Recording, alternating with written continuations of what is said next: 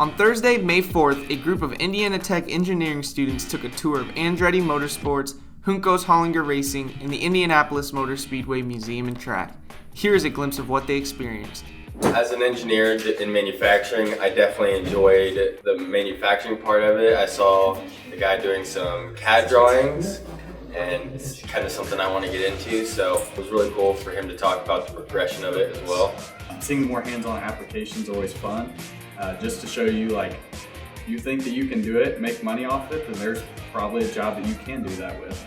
It's just a great way to see your interests, in real life and actually put in motion. It's one thing to look in books and look at YouTube videos and watch the races on TV, but to actually come in here and see all the cars and see all the engineers and see all the employees, and it helps you better apply your learning in real life scenarios. If you have an opportunity to do something like this, take it. You may miss a day of class or two, but nothing's going to beat this potentially once in a lifetime.